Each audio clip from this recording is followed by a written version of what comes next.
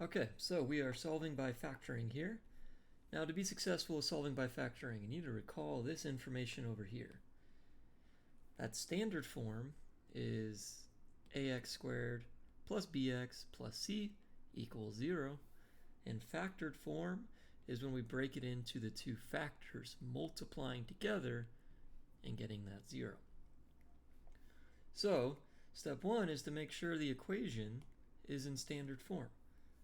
Is this in standard form? No, it's not. It's not equal to 0. So that's a quick fix using some algebra skills. I can just add 5 to both sides.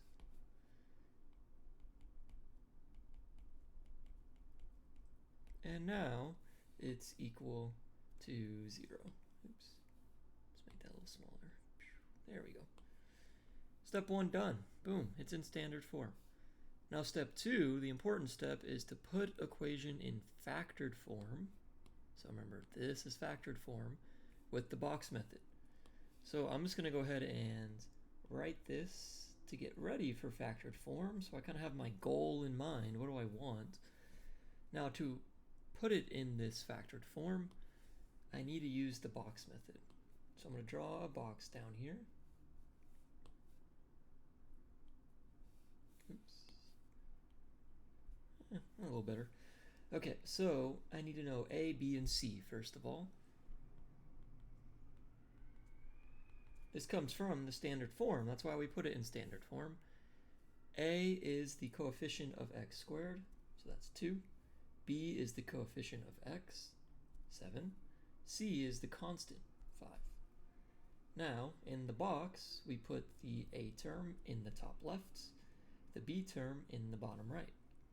The C term in the bottom right. The B term, 7x, that came from adding these two diagonals, these two on the diagonal. If you add them together, you should get 7x. So our problem here is we don't know how 7x was split up. To figure out what we should put in there, we need to use a CAB table. C times A, and then add up to B. C times A is 2 times 5. 2 times 5 is 10. B, we know, is 7.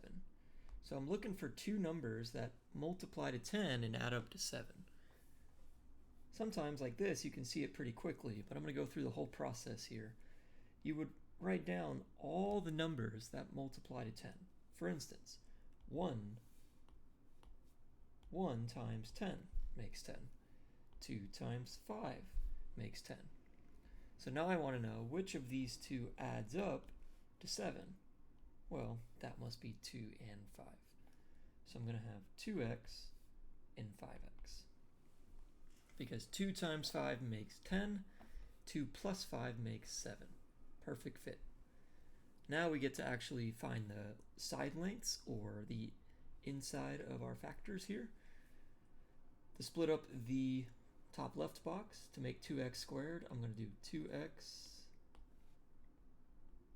times x, 2x times x makes 2x squared. Perfect. Now I don't want to put 2x over here because 2x goes into 2x, but 2x cannot go into 5x. So it can't be on the same row or column as that 5x. Continuing on, 2x times 1 makes 2x, and x times 5 makes 5x. So now I have my factors. I can write them in here.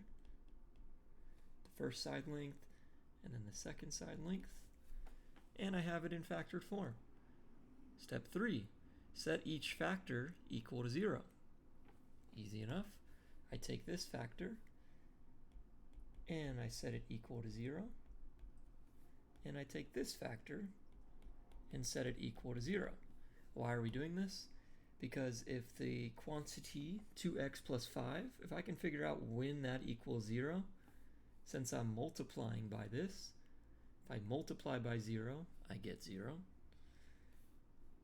Same for this factor. If I can figure out what value of x makes this whole thing 0, Since I'm multiplying by this, the entire equation will be equal to 0. So there's two ways to make this equation true. Either 2x plus 5 equals 0, or x plus 1 equals 0. The final step is just to solve these two equations. So, subtract 5,